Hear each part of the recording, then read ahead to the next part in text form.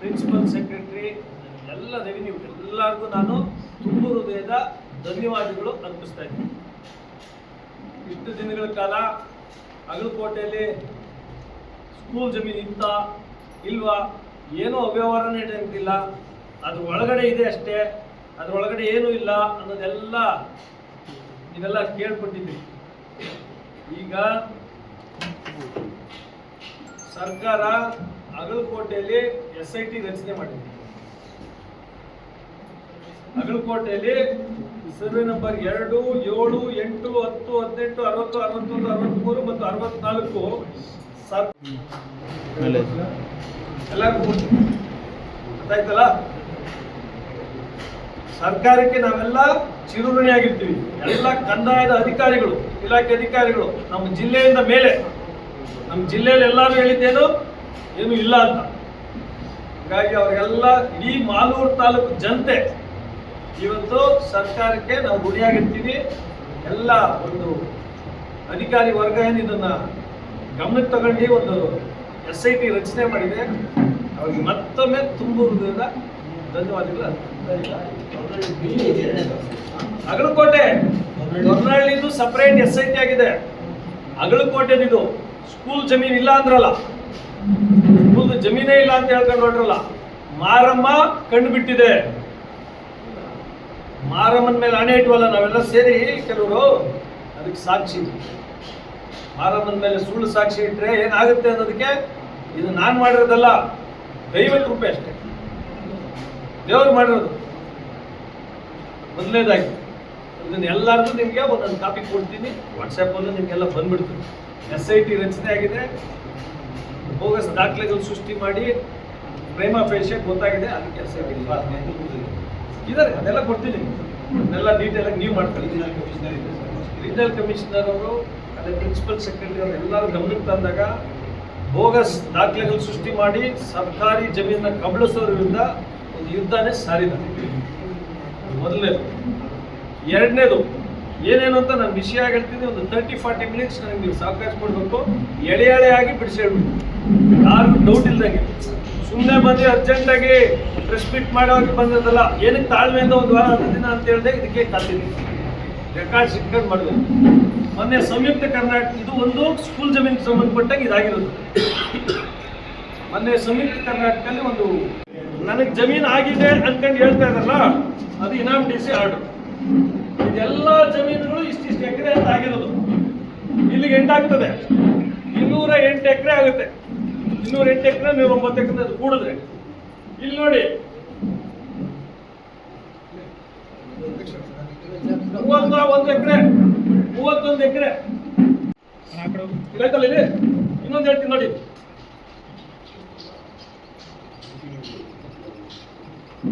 ಏನಂತ ಹೇಳಿ, ಇಷ್ಟು ಎಕರೆನು ಕಂಟಿನ್ಯೂಡ್ ಆಸ್ ಗೋಮಾಳ. ಎಷ್ಟು ಎಕರೆ? 31, 19, 30 ಪ್ಲಸ್ 10 ಎಷ್ಟಾಯ್ತು? 9 ಎಕರೆ ಗೋಮಾಳ ಅಂತ ಕಂಟಿನ್ಯೂ ಆಗಿದೆ.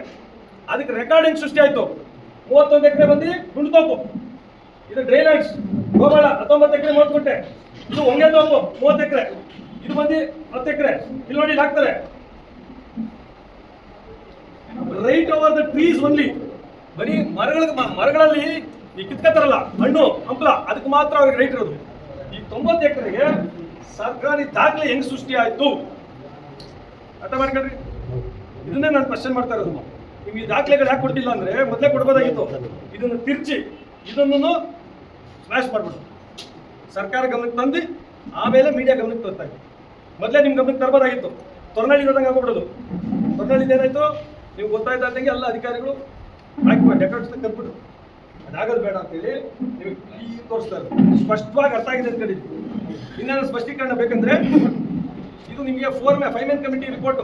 ಇದರಲ್ಲಿ 31 ಎಕರೆ AC ಅವ್ರು ಹೇಳಿರೋದು, ನಾನು ಹೇಳಿರೋದು ಏನೂ ಇಲ್ಲ. ಇದರಲ್ಲಿ AC ಅವ್ರು ಏನು ಹೇಳ್ತಾರೆ ಅಂದರೆ 31 ಎಕರೆ ಗುಂಡು ತೋಪು ಸಸಿ ತೋಪು ಇದೆ ಅಂತ ಹೇಳಿದ್ದಾರೆ.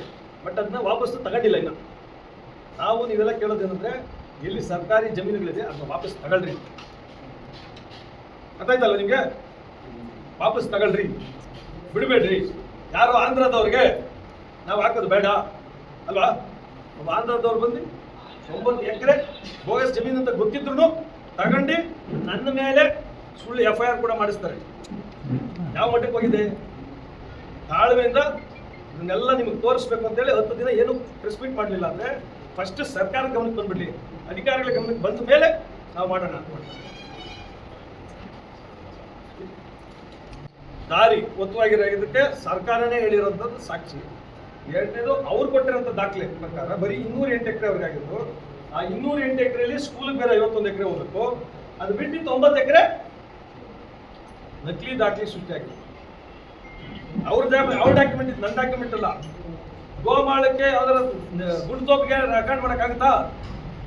ಗೋಮಾಳ ಬೇರೆಯವ್ರ ಹೆಸರಿಗಾಗಿ ಇವ್ರು ಮಾಡ್ಕೊಂಡಿರ್ಬೇಕು.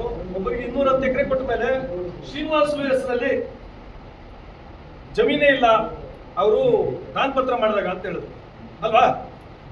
ಅದೇ ಶ್ರೀನಿವಾಸಲು ಹೆಸರಿಗೆ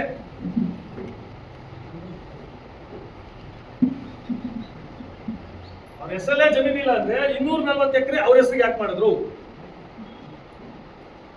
ಅವ್ರ ಹೆಸರಲ್ಲಿ ಏನೂ ಇಲ್ಲ ಅಂದ್ರು ಅತಿ ಜರೂರಾಗಿ ಅದನ್ನ ವಶಪಡಿಸ್ಕೊಳ್ಳೋದು.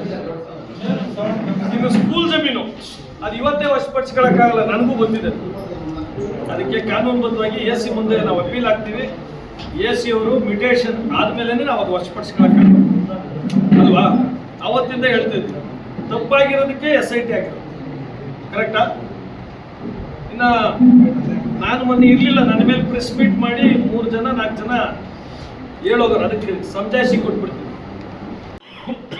ಅವ್ರಿಗೆ ನೋವಾದ್ರೆ ಬೇಜಾರಾಗ್ತದೆ. ನನ್ನ ಮೇಲೆ ಸುಳ್ಳು FIR ನೀವೆಲ್ಲ ಸೇರಿ ಹಾಕ್ಸಿದ್ರಲ್ಲ, ನಮ್ಮನೆಯವ್ರಿಗೆ ಬೇಜಾರಾಗಲ್ವಾ? ಶಾಸಕರೇ, ನಾನು ಮನುಷ್ಯ, ನನಗೂ ಹೆಂಡತಿ ಮಕ್ಕಳೆಲ್ಲ ಅವರೇ. ಸ್ಕೂಲ್ ಜಮೀನ ಉಳ್ಸಕ್ಕೆ ಹೋಗಿದ್ದಕ್ಕೆ ಕಾಸು ಕೊಟ್ಟು ಎಲ್ಲರೂ mingle, A team B team ಎಲ್ಲ ಮಿಂಗಲ್ ಆಗಿ ನನ್ನ ಮೇಲೆ FIR ಹಾಕ್ಸಿದ್ರಲ್ಲ, ನಮ್ಮನೇಲೂ ಹೆಂಗಸರು ಮಕ್ಕಳಿರಲ್ವಾ? ಬೇಜಾರಾಗಲ್ವಾ? 5 ವರ್ಷ 1 ರೂಪಾಯಿ ದುಡ್ಡು ತಿಂದೆ, ಈ ತಾಲೂಕಲ್ಲಿ ಇದ್ದೀನಿ, ಕೆಟ್ಟ ಹೆಸರು ತಗೊಳ್ದೆ, ನಮ್ಮನೆ ಬೇಜಾರಾಗಲ್ವಾ ಸುಳ್ಳು FIR ಹಾಕ್ಸಿದ್ರೆ? ಶಾಸಕರು. ಇನ್ನು ಎರಡನೇದು ವಿಜಯ್ ಕುಮಾರ್ ಅವ್ರು ಹೇಳೋರೆ, ನಾನು ಇವತ್ತೇ ಫಸ್ಟ್ ಅವರೆಲ್ಲ ಹೆಸರುಗಳು ಎತ್ತಾ ಇರೋದು. ಅದೇನೋ ಮೀಡಿಯಾದವ್ರಿಗೂ ಕೆಲಸ ಇಲ್ಲ, ಸುಮ್ಮನೆ ಬಂದಿದ್ದೀರಿ ನೀವೆಲ್ಲ, ನನಗೂ ಕೆಲಸ ಇಲ್ಲ, ಪ್ರಚಾರದ ಗಿಳಿ ನನಗೆ ಅಂತ. ಇದು ಪ್ರಚಾರಕ್ಕೋಸ್ಕರ ಮಾಡೋ ಕೆಲಸನ? ಮಾರಮ್ಮ ನೋಡ್ಕೊಳ್ಳಿ ಅಂತ ಹೇಳ್ಬಿಟ್ರು, ಮಾರಮ್ಮನ ನೋಡ್ತಾವ್ರೆ ಅಷ್ಟೇ ತಾನೇ ಅವ್ರು ಹೇಳಿರೋದು, ಇನ್ನೇನು ಹೇಳೋರು? ಮಾರಮ್ಮನ ಮೇಲೆ ಆಣೆ ಇಟ್ಟು ಪ್ರಮಾಣ ಮಾಡುವುದು. ಅವತ್ತಿಂದನೇ ಕೆಟ್ಟ ಕಾಲ ಶುರುವಾಗಿರ್ತೀವಿ, ಅವತ್ತಿಂದನೇ ನಮ್ಗೆ ಒಳ್ಳೆ ಕಾಲ ಶುರುವಾಗಿದೆ. ಅಂದರೆ ಈ ಜಮೀನುಗಳು ಉಳಿಯೋ ಕೆಲಸಕ್ಕೆ ಶುರು ಅವತ್ತೇ ಆಗಿತ್ತು. ಇನ್ನು R ಪ್ರಭಾಕರ್ ಫಸ್ಟ್ ಟೈಮ್ ನನ್ನ ಹೆಸರು ಬರ್ತಾ ಇರೋದು ಅವ್ರದ್ದು ಬಾಯಿಗೆ. ಯಾವತ್ತರ 13 ವರ್ಷದಿಂದ ಅವ್ರ ಹೆಸರು ಬಂದಿರಲಿಲ್ಲ. ಅವ್ರಿಗೆ ಚಿಕ್ಕದಾಗಿ ಸ್ಪಷ್ಟೀಕರಣ ಕೊಡಕ್ಕೆ ಪಡ್ತೀನಿ. ಏನು ಹೇಳಿದ್ರು ಅಂದರೆ, ಅದೇನೋ ಕೇಶವ್ ಅವ್ರ ಎಲೆಕ್ಷನಲ್ಲಿ ದುಡ್ಡು ಉಳ್ದಾಗ್ಬಿಟ್ಟಿದ್ದೆ, ಎತ್ಕೊಂಬಂದ್ಬಿಟ್ಟಿದ್ದೀನಿ. ZP ಎಲೆಕ್ಷನ್ನಲ್ಲಿ 5 ಜನ ಮೆಂಬರ್ಸ್ ಇಟ್ಕೊಂಡು ದುಡ್ಡು ಅದೆಷ್ಟೋ ಬಂದ್ಬಿಡ್ತು. ಪ್ರಭಾಕರ್ ಅವ್ರಿಗೆ ಹೇಳಕ್ಕೆ ಇಷ್ಟಪಡ್ತೀನಿ, ನಿಮ್ಗೆ ಎಲೆಕ್ಷನ್ ಅಂದರೆ ದುಡ್ಡು ಉಳಿತದೆ ಅನ್ನೋದೇ ತಲೆ ಓಡೋದು ನಿಮಗೆ. ಎಲೆಕ್ಷನ್ ಅಂದರೆ ದುಡ್ಡು ಖರ್ಚಾಗ್ತದೆ ನನ್ನ ಕೈಯಿಂದ. ನನಗೆ ನಿಮ್ಗೆ ಏನೋ ಡಿಫ್ರೆನ್ಸ್. ಕೇಶವ್ ಅವ್ರ ಎಲೆಕ್ಷನಲ್ಲೂ ದುಡ್ಡು ಉಳ್ದಾಯ್ತು, ಮುನ್ಸ್ವಾಮಿ ಅವ್ರ ಎಲೆಕ್ಷನಲ್ಲೂ ದುಡ್ಡು ಉಳ್ದಾಯ್ತು, ವೇಣುಗೋಪಾಲ್ ಅವ್ರ ಎಲೆಕ್ಷನಲ್ಲೂ ದುಡ್ಡು ಉಳ್ದಾಯ್ತು. ಮೊನ್ನೆ ಯಾರೋ ಮಲ್ಲೇಶ್ ಅವ್ರ ಎಲೆಕ್ಷನಲ್ಲೂ ಉಳ್ದಾಗಿದೆ. ಎಲ್ಲ ಇಟ್ಕೊಂಡಿದ್ದೀನಿ. ನೀವು ಯಾವಾಗ ಬಂದ್ರೆ ನಿಮಗೂ ಅಷ್ಟು ಕೊಡ್ತೀನಿ. ಮಾತಾಡೋದಕ್ಕೆ ನಾಲ್ಗೆ ಚೆನ್ನಾಗಿರ್ಬೇಕು. ಹೆಂಗಂದ್ರೆ ಇಷ್ಟ ಆದರೆ ನಾನು ಬೈದ್ರೆ ತಿರುಗಿ ಮನೆಯವ್ರಿಗೆಲ್ಲ ಬೇಜಾರು ಅಂತೀನಿ. ನಾನು ಹೇಳೋದೆಲ್ಲ ನಿಮ್ಮ ಮನೆಯವ್ರು ಬೇಜಾರಾಗೋ ವಿಷಯಗಳು ಇನ್ನೂ ಜಾಸ್ತಿ ಇವೆ. ತಿರುಗಿ ಬೇಜಾರು ಮಾಡ್ಕೊಂಬಿಡ್ರಿ ನನ್ನ ತಂಟೆಗೆ ಬಂದು. ನೀವು ಎಲೆಕ್ಷನ್ ಹೆಂಗೆ ಥರ ಮಾಡಿದ್ರಿ ಅಂತ ಸ್ವಲ್ಪ ಹೇಳ್ತೀನಿ ನಿಮಗೆ. ಅವಾಗ ಬೈ ಎಲೆಕ್ಷನ್ಗೆ ಹೋದ್ರೆ ಇಲ್ಲಿಂದ ಬಂಗಾರಪೇಟೆಗೆ ಕುಮಾರಣ್ಣ ಇಟ್ಕೊಂಡು ಎಷ್ಟು ಉಳಿಸ್ಕೊಂಡು ಹೆಂಗೆ ತಂದ್ರಿ ಅಂತ ಇಡೀ ದೇಶಕ್ಕೆ ಗೊತ್ತು. ಯಾವ್ಯಾವ ಮಾತು ಕುಮಾರಣ್ಣ ಬೈದ್ನು ಅಂತ ನಮಗೆ ಗೊತ್ತು. ಆ ಥರ ಎಲೆಕ್ಷನ್ ಮಾಡೋನಲ್ಲ ನಾನು, ಅಲ್ವಾ? ಇನ್ನೇನು ಹೇಳಿದ್ರಿ, ನನ್ನ ಕ್ಯಾರೆಕ್ಟ್ರು ಹಂಗೆ ಹಿಂಗೆ ಅದೇನೋ ಬೈದ್ಬಿಟ್ರು ಹಂಗೆ ಹಿಂಗೆ. ನಾವು ದ್ಯಾವೀರಪ್ಪನವ್ರ ಕಾಲ ಅದೆಲ್ಲ ಹೇಳ್ಕೊಂಬಂದ್ರೆ ಹಿಸ್ಟ್ರಿ. ದ್ಯಾವೀರಪ್ಪನವ್ರು ಯಾವ್ಯಾವ ಮಾತು ಬೈದ್ರಿ ನೀವು? ಐಬಿಲಿ ಪಂಚಗಳಿಗಿಂತ ಫೋನಲ್ಲಿ ಎಂತೆಂಥ ಕೆಟ್ಟ ಮಾತುಗಳು ಬೈದಿರೋದು ಇವತ್ತು. ದ್ಯಾವೀರಪ್ಪನವರ ಫಾಲೋವರ್ಸ್ ಎಷ್ಟು ಜನ ಅವರೇ ಮಲ್ಲೂರು ತಾಲೂಕಲ್ಲಿ ಇವತ್ತು. ಅವ್ರ ಗಮನಕ್ಕೆಲ್ಲ ತರಬೇಕಿತ್ತು. ನೀವು ಬೈದಿದ್ದು ಅವ್ರನ್ನ ರಾಜಕೀಯವಾಗಿ ಮೂಲೆ ಗುಂಪು ಮಾಡಿ ಏನಕ್ಕೂ ಇಲ್ದಂಗೆ ಕೊನೆಯ ಕಾಲದಲ್ಲಿ ನರಳಂಗೆ ಮಾಡಿದ್ರಿ ನೀವು. ಕೆಟ್ಟ ಮಾತುಗಳು ಮಾತಾಡಿ ಏನಕ್ಕೆ? ಅವ್ರು ಸಬ್ಬಿರೋದು ಒಂದೇ ಕಾರಣಕ್ಕೆ. ನೆಕ್ಸ್ಟ್ ಬರೋಣ. ಕೃಷ್ಣೇಶ್ ಶೆಟ್ಟರ್ ಜೊತೆ ನೀವು PA ಕೆಲಸ ಮಾಡಿದ್ರಿ ಅಂತ ಹೇಳ್ಕೊಂಡ್ರಿ. ಏನೇನು ಮಾತು ಶೆಟ್ರ್ ನೀವು? ಒಂದೊಂದು ಮಾತಾ? ಶೆಟ್ರ್ ಎಲೆಕ್ಷನ್ ಇಲ್ರಿ, ಎಲ್ಲೋ ಸೋಲು. ಅವ್ರ ಮೇಲೆ ಏನೇನು ಶಕ್ತಿ ಅಟ್ಟಿ ನಾನು ಹೇಳ್ಬಾರ್ದು ಆ ಮಾತುಗಳು ಅದೆಲ್ಲ ಬೈದ್ಬಿಟ್ರಿ. ನಾನು ನಿಮ್ಮನ್ನು ಬೈದಿದ್ದೆ, ನಾನು ಬೈದ್ನ? ನೀವು ಮಾಡಿರೋ ಕೆಲಸ ಹೇಳಿದ್ದೀನಿ ಅಷ್ಟೇ. ಇದು ಇಷ್ಟೇ. ನನ್ನ ಬಗ್ಗೆ ನಿಮ್ಗೆ ಏನು ಮಾಹಿತಿ ಇಲ್ಲ, ಎಲ್ಲ ಸುಳ್ಳು ಮಾಹಿತಿ ಕೊಟ್ಕೊಂಡು ಬರ್ತಾ ಇದ್ದೀರಿ. ನಾವು ಎಲೆಕ್ಷನ್ಗಳ ಮುಂದೋಯ್ತು, ನನ್ನ ಹಿಸ್ಟ್ರಿನೇ ಇದೆ ಎಲೆಕ್ಷನ್ಗೆ ಹೆಂಗೆ ಮಾಡ್ತೀನಿ ಅಂತ. ಮಾಲೂರಿಗೆ ಎಲೆಕ್ಷನ್ ಹೆಂಗೆ ಮಾಡೋದು ತೋರಿಸ್ಕೊಟ್ಟದ್ದು ನಾನು. ನೀವೆಲ್ಲ ಸೆಟ್ರ್ ಮೇಲೆ ಗೆಲ್ಲಕ್ಕೆ ಆಗಲ್ಲ ಅಂತ ಕೈಗಳು ಚೂತಿದ್ರಿ. ನನ್ನ ಟೈಮ್ ಸರಿಯಿಲ್ಲ. 5 ವರ್ಷ ನಾನು ಸ್ವಲ್ಪ ದುಡ್ಡು ಮಾಡೋದು ಕಲ್ತಿದ್ದಿದ್ರೆ ಸೋಲ್ತಾ ಇರ್ಲಿಲ್ಲ, ಕೈ ಚಾಚಕ್ಕೆ ಹೋಗ್ಲಿಲ್ಲ ನಾನು. ಇನ್ನೇನು ಹೇಳ್ಬೇಕಾ? ಪ್ರಭಾಕರ್ ಅವ್ರಿಗೆ, ವಿಜಯ್ ಕುಮಾರ್ ಅವ್ರಿಗೆ ಇಬ್ರು ಪ್ರಾಣಿಗಳು, ಅವ್ರ ಮೇಲೆ ಅವ್ರಿಗೆ ಆಪ್ತ ಮಿತ್ರರು. ಇವ್ರ ಮೇಲೆ ಅವ್ರು ಹೇಳೋದು, ಅವ್ರ ಮೇಲೆ ಇವ್ರು ಹಣೆ ಹೇಳೋದು. ದೇವ್ರು ನಿಮ್ಗೆ ಒಳ್ಳೇದು ಮಾಡಲಿ ಅಂತ ಹೇಳ್ತಾ, ನನ್ನ ಬಗ್ಗೆ ಏನಾರ ಹೇಳಿದ್ರೆ ಮಾತಾಡಿದ್ರೆ ತಿರುಗಿ ಬಂದೇ ಬರ್ತೀನಿ. ಇನ್ನೂ ವರ್ಷ್ಟಾಗಿರೋ ಕಥೆಗಳವೆ ನಿಮ್ಮವೆಲ್ಲ ಬಿಚ್ಚಿಡ್ಬೇಕಂತ. ವಿಜಯ್ ಕುಮಾರ್ ಅವ್ರಿಗೆ, ಪ್ರಭಾಕರ್ ಅವ್ರಿಗೆ ಒಂದೇ ಒಂದು ಮಾಹಿತಿ ಕೊಡ್ತೀನಿ. ಪ್ರಭಾಕರ್ ಸರ್, ಯಾಕೋ ಚೌಡೇಗೌಡರು ಫೋನ್ ಎತ್ತಾ ಇಲ್ವಂತೆ, ನೀವು ಸ್ವಲ್ಪ ಫೋನ್ ಎತ್ತಿ ಸಾಕು. ಫೋನ್ ಎತ್ರಿ, ಯಾಕೆ ಫೋನ್ ಎತ್ಕೊಂಡು ತಪ್ಪಿಸ್ಕೊಂಡು ಓಡಾಡ್ತಾ ಇದ್ದೀರಲ್ಲ, ಫೋನ್ ಎತ್ರಿ ಸಾಕು. ಇದೇನು ಅಂತ ಅವ್ರಿಗೆ ಗೊತ್ತಾಗ್ತದೆ, ನಿಮ್ಗೆ ಯಾರಿಗೂ ಗೊತ್ತಾಗಲ್ಲ. ಅರ್ಥಾಯ್ತಾ? ಚೌಡೇಗೌಡರು ಯಾರು ಹೇಳ್ರಿ? ಅವ್ರಿಗೆ ಗೊತ್ತಿದೆ, ನಿಮ್ಗೆ ಗೊತ್ತಿಲ್ಲ. ನೀವು ಕೇಳಬೇಡ್ರಿ, ಅವರೇ ಬಂದು ಹೇಳ್ತಾರೆ ನಾಳಿದ್ದು. ಫೋನ್ ಎತ್ತೋದು ಕಲೀರಿ ಫಸ್ಟು. ತಕೊಂಡು ಬಂದ್ಮೇಲೆ ಫೋನ್ ಎತ್ತಲ್ಲ ಅಂದರೆ ನನಗೇನೋ ಮಾಹಿತಿ, ಇನ್ನೊಂದು 50 ಮಾಹಿತಿ ಕೊಡ್ತೀನಿ. ಪರ್ಸನಲ್ ಆಗಿ ಹೋಗ್ಬಾರ್ದು, ಇಷ್ಟಕ್ಕೆ ಲಾಸ್ಟ್ ಮಾಡ್ತೀನಿ. ಇನ್ನೇನಾರ ಬಂದರೆ ಇನ್ನೂ 100 ಬತ್ತಂದು ನಿರ್ದಾಕ್ಷಿಣ್ಯವಾಗಿ ನಿಮ್ಮ ಮನೇಲಿ ಬೇಜಾರಾದ್ರೂ ಬೇಜಾರಲ್ಲ, ನೀಟಾಗಿ ಬಂದು ಹೇಳ್ಬೇಕಾಗ್ತದೆ. ನಾನು ಪರ್ಸನಲ್ ಆಗಿ ಮಾತಾಡೋನಲ್ಲ. ಮಾತಾಡಿದ್ದೆ. ಪ್ರಭಾಕರನ ಹೆಸರು ಇವತ್ತೇ ಬರ್ತಾರೆ, ಗೌರವ ಉಳಿಸ್ಕೊಳ್ರಿ. ಇದು ಅಗಲಕೋಟೆ ಶಾಲೆಗೋಸ್ಕರ ಓಡಾಡ್ತಾ ಇದ್ದೀನಿ. ಇದು ನಾನು ಮನೆ ತನಕ ಬಿಡೋಲ್ಲ, ನಿಂತ್ಕೊಳ್ತೀನಿ, ಅದನ್ನ ಉಳಿಸ್ತೀನಿ. ಉಳಿಸೋಕ್ಕೆ ಇಲ್ಲಿ ದೇವರು ಮಾರಮ್ಮ ನನ್ನ ಜೊತೆ ಇರೋದು. ನೀವು ಮಾಡಿದ ಸುಳ್ಳು ಹಾಳೆಗಳಿಗೋಸ್ಕರ ದೇವ್ರು ತೋರಿಸ್ತಾ ಇರ್ತೀನಿ. ನಾನು ಮಾಡ್ಸೋಕ್ಕಾಗ್ತದೇನ್ರಿ? ನಾಳೆ ಬರ್ತಾರೆ ಇನ್ನೊಬ್ಬ ಯಜಮಾನ್ರು, SIT ನಾನೇ ಮಾಡ್ತೀನಿ. ಚೆನ್ನಾಗಿ ಮಾತಾಡ್ತಾರೆ, ರಾಜ್ಕುಮಾರ್ ಮಾತಾಡ್ತಾರೆ. SIT ನಾನೇ ಮಾಡ್ತೀನಿ, ಅದಕ್ಕೆ ನಾನೇ ಪತ್ರ ಕೊಡ್ತೀನಿ. ನೀವೇ ಹೇಳಿದ್ದು ಅದಕ್ಕೆ ಸ್ಕೂಲಲ್ಲಿ ಇಲ್ಲ ಅಂತ. ಇವಾಗ ಏನು ಹೇಳ್ತೀರಿ ಹೇಳಿ? ಹೇಳಿದ್ರಲ್ಲ, ಅಲ್ಲೇ ನೀಟಾಗಿ ಮಾತಾಡ್ತಾರೆ. ಈ ಕಡೆ SIT ನಾನೇ ಮಾಡ್ತೀನಿ. ಸುಳ್ಳು ನಗ್ತಾರ್ರಿ, ಹಂಗೆ ಹೇಳಕ್ ಹೋಗ್ಬೇಡಿ. ನಿಮ್ಮ ಕೈಲಿ ಆದ್ರೆ ಸಹಾಯ ಮಾಡಿ. ನನ್ನ ಮೇಲೆ FIR ಹಾಕ್ಸಕ್ಕೆ ಮಾಡಕ್ ಹೋಗ್ಬೇಡಿ. ಇದು ಕಾಸ್ಟ್ಲಿಯೆಸ್ಟ್ ಮಿಸ್ಟೇಕ್ ನೀವು ಮಾಡಿರೋದು, ನನ್ನ ಮೇಲೆ ಹಾಕಿರೋದು ಕಾಸ್ಟ್ಲಿಯೆಸ್ಟ್ FIR. ನೀವೆಲ್ಲ ಅನುಭವಿಸ್ತೀರಿ ಇದರಲ್ಲಿ. ಇನ್ನೂ ಚುರುಕಾಗ್ತೀನಿ, ಇನ್ನೂ ಒಂದು ಹುಮ್ಮಸ್ಸು ನನ್ನ ಮೇಲೆ ಆಗಿರೋದಕ್ಕೆ ನಾನು ಉತ್ತರ ಕೊಡ್ತೀನಿ. ಇದನ್ನು ಉಳಿಸ್ತೀನಿ. ಅಗಲಕೋಟೆ ಜಮೀನು ವಿಷಯವಾಗಿ ಇಲ್ಲಿನ ಸ್ಟೂಡೆಂಟ್ಸ್ ಬಂದರೆ ಎಲ್ಲರೂ 70 ವರ್ಷ 80 ವರ್ಷ 90 ವರ್ಷ, ಅವ್ರನ್ನ 5 ನಿಮಿಷ ನೀವು ಮಾತಾಡಿ. ರಸ್ತೆಯಲ್ಲಿ ಹೋಗಿದ್ದಕ್ಕೆ ಟೆಸ್ಟ್ ಪಾಸ್, ಇವಾಗ ಸ್ಟ್ರೆಸ್ ಪಾಸ್ ಮಾಡ್ತಾ ಇದ್ದೀನಿ. ಎಲ್ಲರೂ ಸ್ಟ್ರೆಸ್ ಪಾಸ್ ಆಗ್ತಿದ್ದಲ್ಲ, ಯಾವುದಕ್ಕೂ ಗುದ್ದಲ್ಲ. ಈ ಕೇಸ್ಗಳು ಪಾಸ್ಗಳು ಸುಳ್ಳು ಏನು ಇನ್ನೂ ನನ್ನನ್ನು ಬರೀ ನಾನು ತಾಲೂಕು ಮಟ್ಟಕ್ಕಿದ್ದೆ, ಇವಾಗ ಸ್ಟೇಟ್ ಲೀಡರ್ ಮಾಡಕ್ಕೆ ಕೊಟ್ಟಾರೆ. ನಾನು ಇವರೆಲ್ಲ ಸೇರಿ ನನ್ನ ತಾಲೂಕು ನನ್ನ ಜಿಲ್ಲೆ ಮಟ್ಟಕ್ಕಿದ್ದೆ, ಇವರೆಲ್ಲ ಸೇರಿ ಸ್ಟೇಟ್ ಲೀಡರ್ ಮಾಡಕ್ಕೆ ಕೊಟ್ಟರು. ನಾನು ಮೊನ್ನೆ ಮೈಸೂರಿಂದ ಫೋನ್ ಮಾಡಿದ್ರು ಯಾರೋ ಒಬ್ಬ ಹೆಂಗ್ಸು, ನಾವು ಎಪಿಸೋಡ್ ತರ ನೋಡ್ತಾ ಇದೀವಿ ಅಗಲಕೋಟೆ ಜಮೀನು, ಇನ್ನು ಯಾಕೆ ಪ್ರೆಸ್ ಮೀಟ್ ಮಾಡಲಿಲ್ಲ ನೀವು ಅಂತ. ಏನಾಯ್ತು ಅಂತ ಕುತೂಹಲ ನಮ್ಗೆ. ಅವ್ರು ಯಾರೋ ಸುಳ್ಳು ಹೇಳ್ತಾರೆ, ನಮ್ಗೆ ಗೊತ್ತಾಗ್ತದೆ ಅಂದ್ರು ಅಲ್ವಾ. ಹಾಗಾಗಿ ದಾವಣಗೆರೆಯಿಂದ ಫೋನ್ ಮಾಡಿದೆ, ಚಿತ್ರದುರ್ಗ ಏನಂದ್ರೆ ನಮ್ದು ಈ ತರ ಜಾಸ್ತಿ ನೀವು ಇಲ್ಲಿಗೆ ಬನ್ರಿ ಅಂತ. ನಾನು ಹೇಳಿದ್ರು, ನನ್ನ ಮಾತು ಕೇಳೋರು ಇಲ್ಲೇ ಇಲ್ಲ, ಅಲ್ಲಿ ಬಂದು ನಾನೇನು ಮಾಡೋದು. ಆ ಕಾಲ ಬರ್ತದೆ, 28 ಆದ್ಮೇಲೆ ಆ ಕಾಲ ಬರ್ತದೆ. ನನಗೆ ದೇವ್ರ ಅಧಿಕಾರ ಕೊಟ್ಟಾಗ ನಿಮ್ಮ 2 ನಂಬರ್ ಬರ್ಕೊಂಡಿದ್ದೀನಿ, ಅಲ್ಲಿಗೆ ಬರ್ತೀನಿ ಅಂತ ಹೇಳಿದ್ದೀನಿ. ಸಾಕಷ್ಟು ಕಾಲಗಳು ಬರ್ತಾರೆ. ಇನ್ನು ಮಾಲೂರು ಫೈಲ್ಸ್ ಬಗ್ಗೆ ನಾನೇ ಸಪ್ರೇಟ್ ಬಿಟ್ಟಿರಲಿಲ್ಲ, ಬ್ರೀಫಾಗಿ 1 ಮಿನಿಟಲ್ಲಿ ಮುಗಿಸ್ಬಿಡ್ತೀನಿ.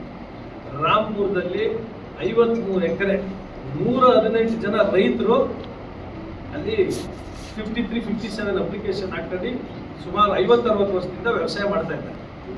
ಅದನ್ನು ಏಕಾಏಕಿ ಫಾರೆಸ್ಟ್ ಅವ್ರು ಬಂದು ಅದು ನಮ್ಮದು ಅಂತ ಹೇಳೋದು. ಮತ್ತೆ ನಿಮಗೆಲ್ಲ ಗಮನಕ್ಕೆ ಬಂದಿರ್ಬೇಕು, ತಾಲ್ಕುಟ್ಟೆ ರಾಮಪುರ ಫಾರೆಸ್ಟ್ ಅವ್ರು ಬಂದರು, ನಾವೆಲ್ಲ ಹೆಂಗೋ ತಡೆದ್ವಿ ಹೋದ್ರು. ಈಗ ಯಾರೋ ತಮಿಳುನಾಡು ತಮಿಳುನಾಡಲ್ಲಿ ರಾಮಲಿಂಗಂ ಅನ್ನೋ ಹೆಸರಿಗೆ ಆ ಇದನ್ನ ಮಾಡಕ್ಕೆ ಕೊಟ್ಟಿದ್ದಾರೆ.